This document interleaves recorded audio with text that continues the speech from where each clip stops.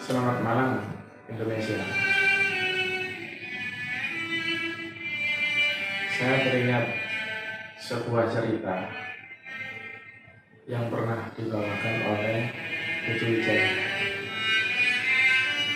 Ceritanya mengenai seorang anak masih TK bernama, kita panggil saja Rikno. Suatu hari Rikno di rumah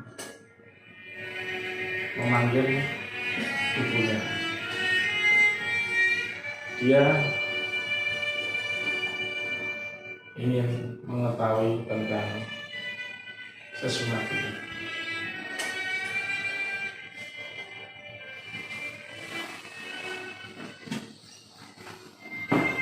Ibu panggil Rikno.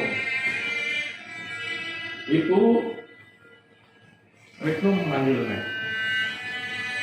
Ibunya datang tergopoh-gopoh.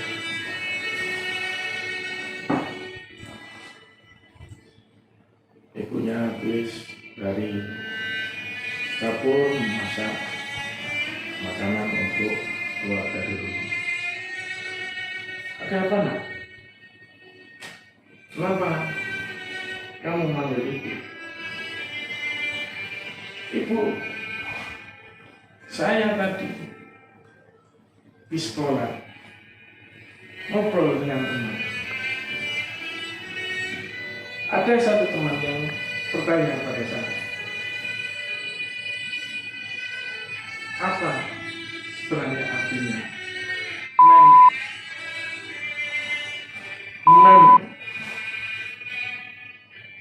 Si ibu kaget mendengar pertanyaan yang tidak biasa dari anaknya. Nah, apa yang kamu bicarakan? Apa yang kamu tanyakan?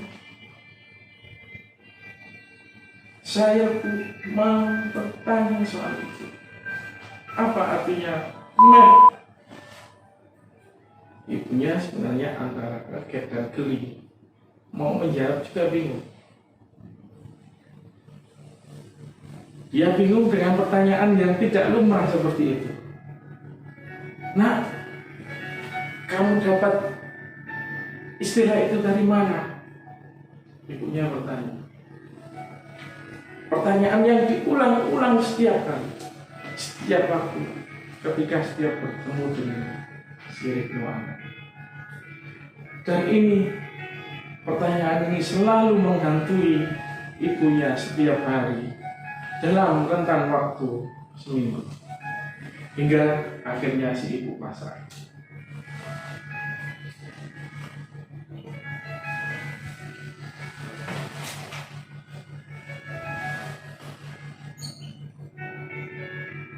Cerita Rikno tidak berhenti di sini.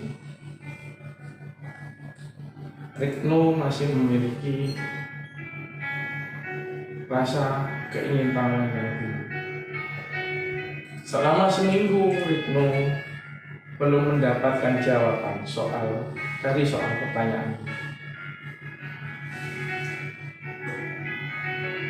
Ibunya sendiri sudah melarang Rikno untuk tidak bertanya hal ini kepada orang, tapi karena namanya anak kecil, Rikno pun akhirnya bertanya ke neneknya.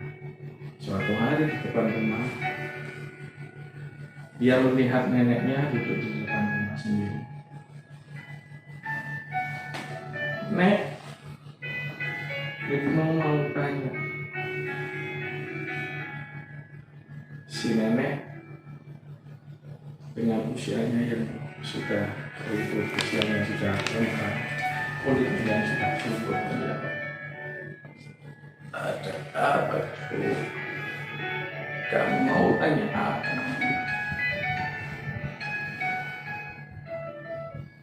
Rikno mau tanya, sebenarnya mem itu apa?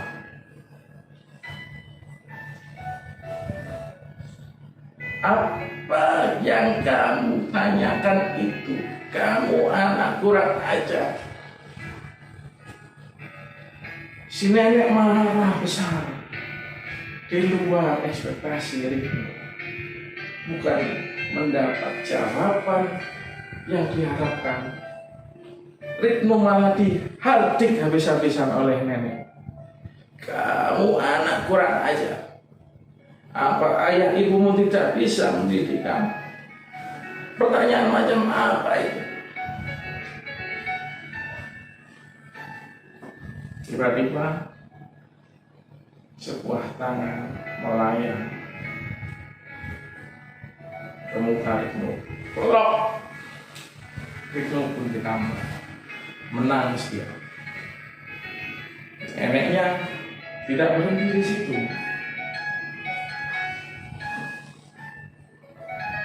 Dipanggillah ayah dari Rikno. Nah, kesini cepat. Ibunya juga dipanggil. Nah, cepat kesini. Lihat, ini anakmu yang kurang ajar kepada orang tua. Anakmu tidak tahu diri. Kesini cepat, nak. Si bapak datang ke koko-koko. Si ibu juga. Tapi si ibu sudah mengetahui pertanyaan yang ditanyakan itu. Tapi gimana? Si ibu tidak bisa menjawab pertanyaan. Pertanyaan itu dilemparkan ke bapak. Apakah bapak simak? Apakah bapak Rikno? Tidak. Bapak Rikno hanya diam. Nah, sebenarnya apa yang mau kamu tahu? Kalau bapak bisa menjawab, akan bapak jawab. Tapi dengan syarat, kalau kamu sudah tahu jawaban itu, jangan lagi ditanyakan pertanyaan. Iya Pak, Rikno akan diam setelah mengetahui jawaban itu. Jawab Rikno. Baiklah, sekarang kamu ikut bapak, kita pergi. Mereka pun pergi. Rikno diajak bapaknya ke kebun binatang. Di situ bapaknya keliling ke seluruh kebun binatang. Ada beberapa satwa yang dilihat oleh si bapak. 2 kera, 1 betina, 1 jantan sedang duduk selayaknya manusia bermesraan. Mereka saling pangku-pangkuan. Rikno melihat tingkah laku kera. 2 kera itu selain pangku-pangkuan juga mencari kutu bergantian. Mereka sesekali juga berciuman layaknya manusia. Nah, coba lihat kera itu, 2 kera. Itulah jawaban dari pertanyaan. Rikno melihat 2 kera itu. Oh, itu yang namanya meh. Rikno malu-malu. Kamu sudah tahu artinya. Jadi kamu sudah tahu kan? Iya Pak. Tapi yang dalam pikiran itu berbeda. Seperti yang diharapkan. Mungkin bapaknya juga masih belum puas memberi jawaban. Keduanya pun pergi melihat kandang gajah. Di situ ada 2 gajah, betina dan jantan, saling berdekatan erat. Kemudian si gajah jantan menaiki gajah betina dari belakang. Nah, coba kamu lihat gajah itu. Apa yang kamu lihat? Di belakang itu yang sedang naik adalah gajah jantan. Sementara yang dinaiki adalah gajah betina. Lihat dengan jelas. Lihat dengan baik-baik. Itulah jawaban dari pertanyaan. Rikno kembali termangut-mangut. Ada perang, ada gajah melakukan gerakan yang berbeda, melakukan aktivitas yang berbeda. Dalam bayangan Rikno ada dua jalan. Pertama,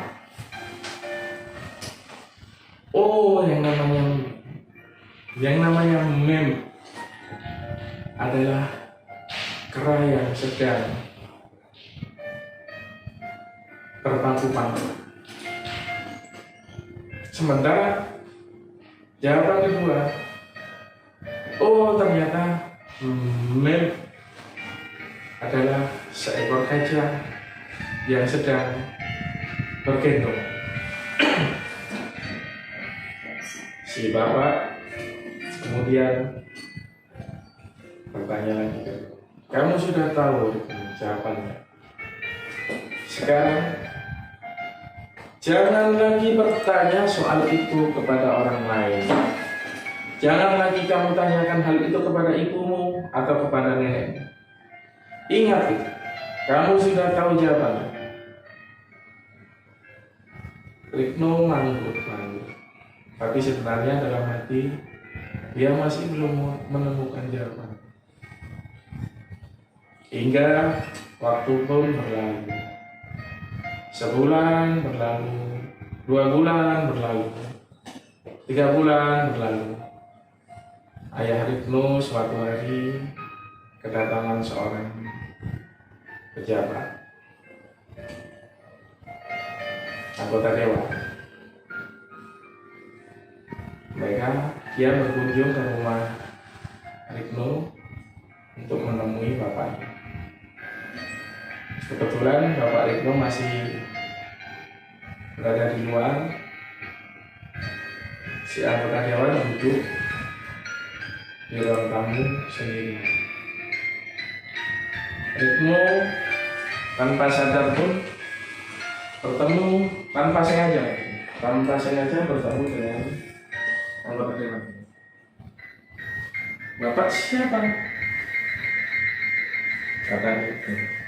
Saya Rikno. Saya anggota dewan. Lalu bertanya lagi, siapakah atau apakah anggota dewan itu? Saya orang penting di negeri ini. Pentingnya seperti apa? Rikno bertanya. Penting karena saya pejabat yang harus dihormati. Saya orang terhormat. Berarti Bapak orang pintar. Si anggota dewan tidak bertanya, tidak menjawab, tapi cukup dengan senyuman. Senyuman tapi senyuman dengan penuh kesombongan. Kalau itu Rikno boleh bertanya, Pak, karena Bapak kan orang pintar, pejabat, orang terhormat. Silahkan, saya akan menjawab semua pertanyaan. Rikno pun mendekati si anggota dewan, berkata diri dengan kegusaran yang tinggi, khawatir hal yang sama terjadi seperti yang pernah dia tanyakan kepada orang tuanya dan nenek. Rikno mau menjawab, bertanya soal Oh, betapa sakitnya perasaan anggota dewan mendengar jawaban pertanyaan dari Rikno. Murka si anggota dewan, wajahnya merah, matanya mendelik seperti orang kerasukan. Apa kamu bilang? Kamu anak tidak tahu diri, anak kecil, sok tahu. Siapa yang mengajarinya? Anak tidak punya tata krama. Sebuah tamparan melayang di bibir itu. Blok! Bukan sekali, 2 kali. Blok! Tidak puas,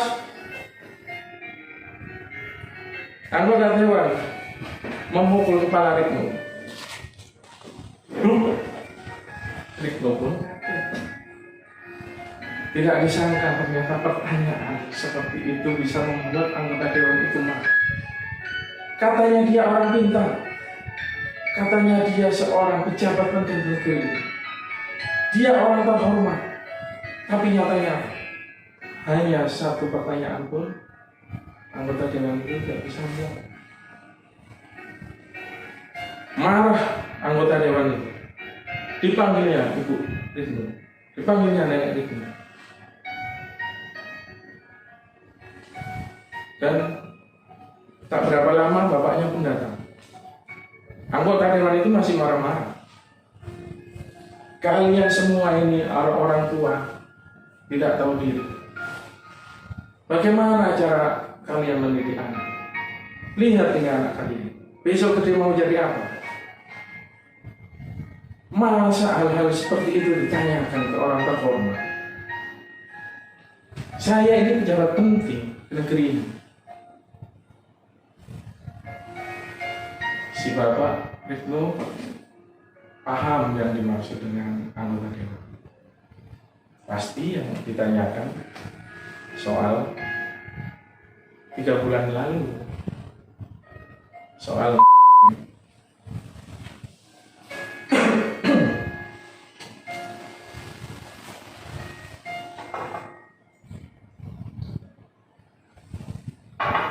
kali ini beda. Bapak Rikno sedikit memahami perasaan itu. Dia paham bagaimana rasa keingintahuan yang tinggi dari anak. Tapi Bapak Rikno juga tidak bisa memarahi Rikno, karena bagaimanapun juga dia adalah darah dagingnya sini. Apa yang dilakukan oleh Bapak? Tentu dia tidak ingin hal-hal seperti ini terjadi lagi di rumahnya. Akhirnya Rikno pun dikirim ke kampung halaman, di rumah kakeknya, di sebuah desa. Berharap bapaknya Rikno bisa menjadi anak yang baik di kampung itu. Rikno sekolah seperti biasa. Keseharian Rikno dihabiskan di sekolah seperti anak-anak yang lain. Hingga suatu hari rasa penasaran itu kembali muncul. Rikno bertanya kepada kakek, "Kek, Rikno mau tanya." Tapi kakek tidak boleh marah, karena setiap Rikno bertanya, semua orang marah.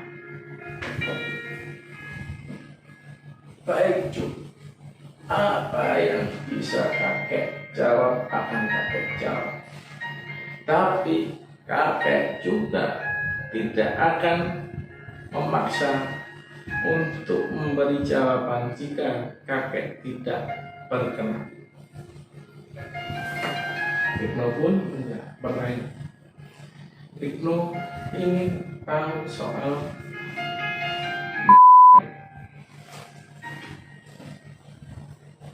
si kakek diam,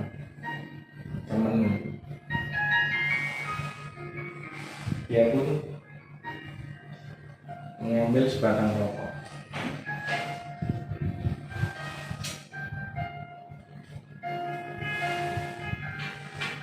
Menyalakan. Matanya menerawang ke langit. Kakek itu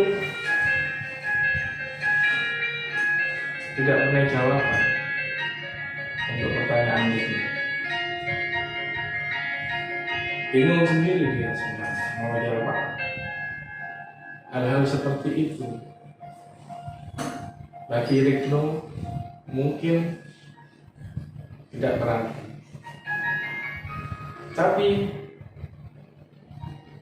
rasa keingintahuan itu sangat besar. Sementara kakeknya tidak bisa menjawab pertanyaan seperti itu. Hanya satu kata kakeknya tidak bisa. Cuk, maafkan kakek. Kakek tidak mampu menjawab pertanyaan meskipun itu hanya satu kata. Retno tersenyum. Retno bahagia dengan kakeknya meskipun tidak mendapat jawab. Setidaknya Retno bisa mencurahkan isi hatinya dan dia tidak mendapatkan amarah dari orang-orang, amarah dari kakeknya seperti yang pernah dia alami sewaktu di rumah. Akhirnya hari pun berlalu. Anak-anak sudah masuk sekolah semua. Di sekolahan ada teman-teman, ada banyak teman. Retno berbaur dengan sekolah, dengan teman-teman di sekolah. Ada seorang guru namanya Guru Yanti, kita sebut aja seperti itu. Karena kelas kosong tidak ada pelajaran, Bu Guru Yanti mempersilahkan anak-anak untuk bertanya. Ayo anak-anak, siapa yang mau bertanya? Insya Allah Ibu Guru Yanti bisa menjawab pertanyaan kalian. Saya Bu, Retno pun ngaco. Saya Retno mau bertanya Bu. Ya Retno, mau bertanya apa? Silakan. Tapi Bu Guru jangan marah. Ya, Ibu Guru tidak marah.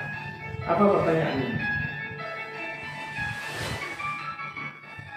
Retno sebentar saja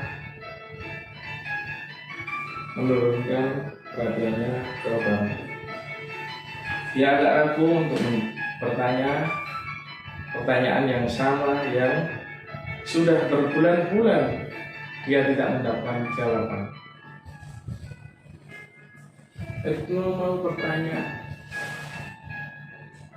sebenarnya apa itu?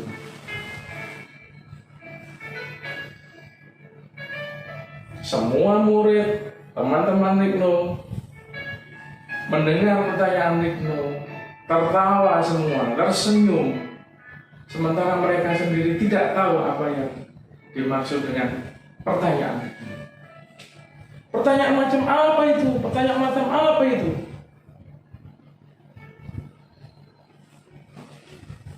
Mungkin bagi mereka yang tidak tahu lumrah, tapi bagi Retno pertanyaan ini adalah sebuah pengetahuan yang besar. Bu Guru Yanti tidak marah. Dia diam. Dia menerawang Retno, menatap mata Retno sebelum menjawab pertanyaan. Guru Yanti duduk sebentar di depan kelas. Dia tidak ragu, tapi dia ingin memastikan keberanian dia untuk menjawab pertanyaan.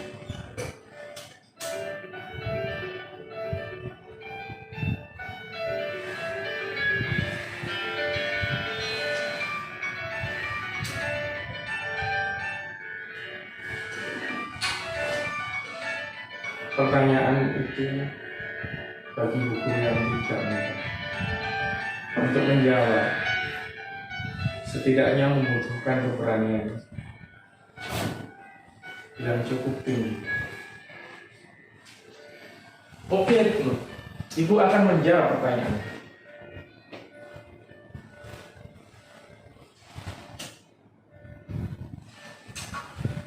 Kamu yakin ingin mendengar jawaban dari Ibu?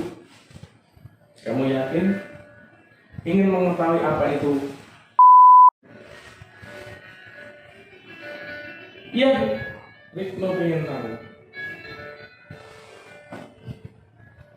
Baiklah, Ibu akan menunjukkan pada Ritno apa itu. Akhirnya, tanpa disadari oleh banyak siswa,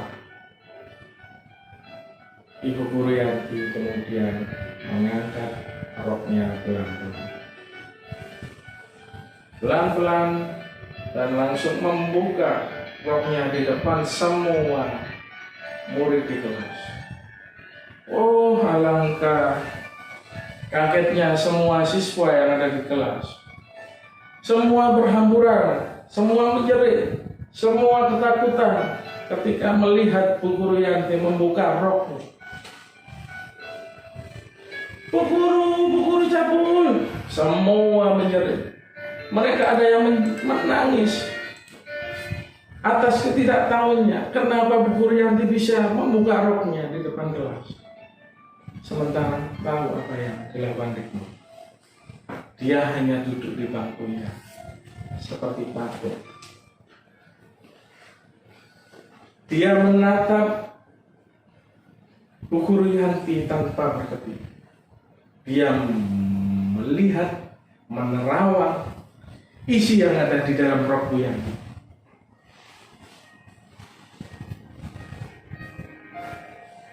Kemudian setelah puas setelah Bu Guru Yanti memperlihatkan roknya, rok itu kemudian diturunkan pelan-pelan. Nah, Ritno, kamu sudah tahu jawabannya. Kamu sudah melihat sendiri apa itu. Apakah kamu sudah puas dengan jawaban itu? Jadi itu yang namanya iya, itu adalah tempat kamu dilahirkan. Itu adalah surga bagi seluruh laki-laki yang ada di dunia ini.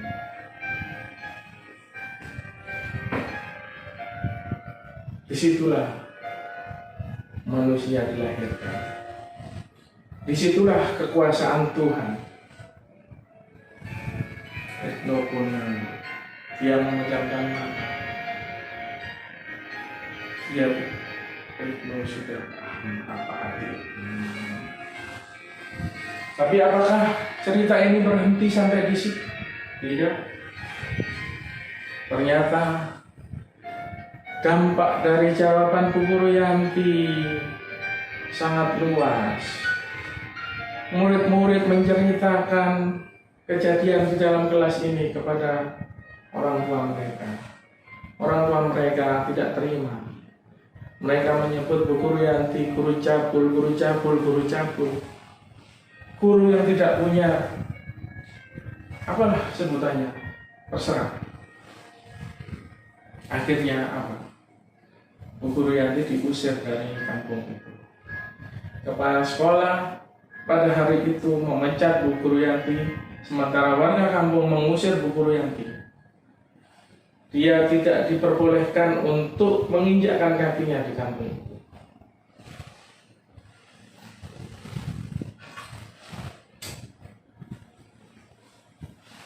Menangis hati Bu Guru Yanti. Sedih. Tapi dia sudah tahu resiko yang akan dihadapi. Bu Guru Yanti tekadnya sudah bulat ketika dia menyampaikan jawaban dari pertanyaan berikut.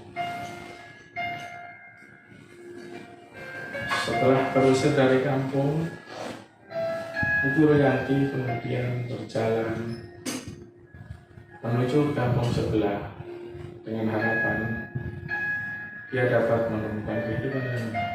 Tapi apa yang terjadi? Nama Bu Guru Yanti sudah terlanjur buruk di mata masyarakat. Semua mencaci, semua bilang Bu Guru Yanti cabul, Bu Guru Yanti cabul, Bu Guru Yanti cabul. Hingga suatu malam ketika di tengah perjalanan, Bu Guru Yanti dicegat oleh 3 pemuda yang sedang mabuk.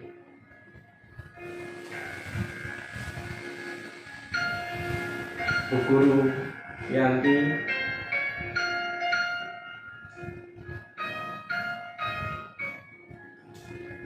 diperkosa oleh 3 pemuda tersebut.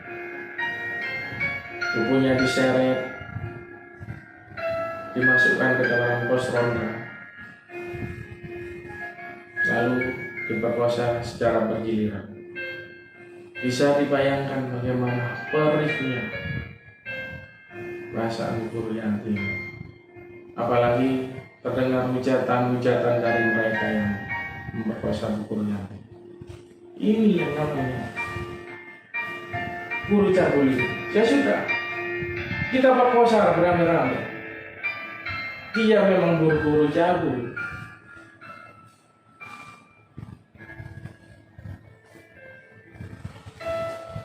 Hingga peristiwa yang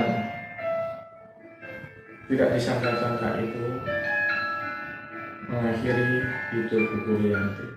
Tidak kuat menahan penderitaan, Bu Guru Yanti akhirnya meninggal dunia. Dia dimakamkan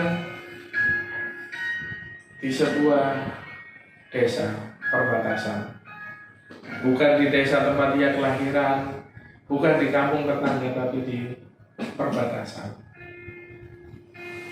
Semua orang menolak jenazah Bu Guru Yanti.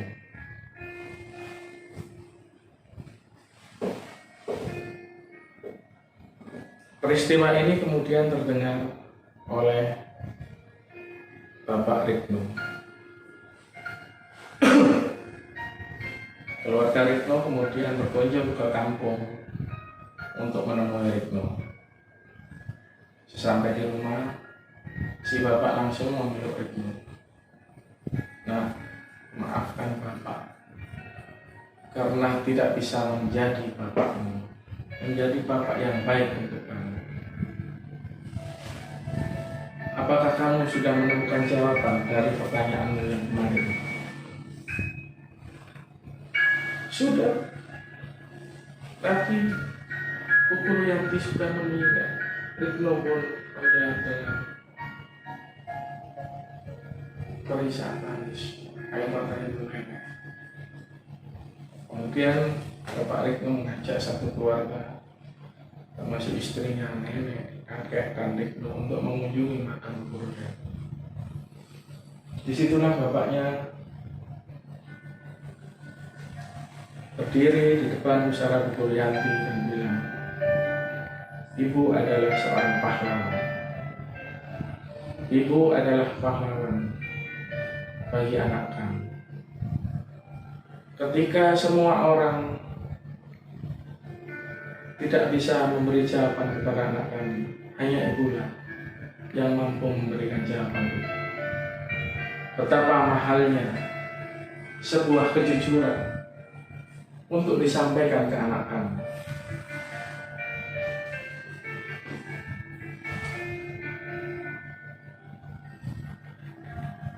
Di negeri ini yang namanya kejujuran sudah menjadi sesuatu yang mahal. Berbuat dan berkata dusta terkesan menjadi hal yang lumrah. Kedustaan diumbar tanpa memiliki rasa bersalah dan takut akan ganjaran dosa. Sebaliknya, kejujuran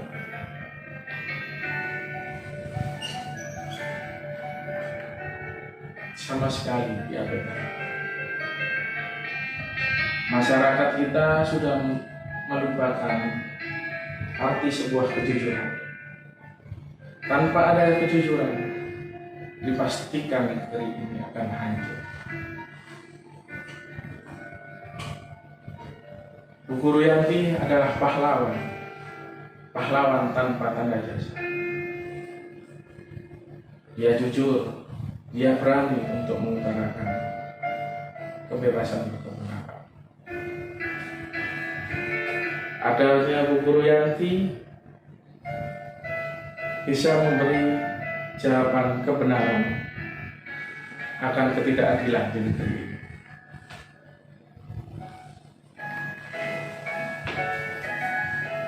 Demikian cerita singkat yang bisa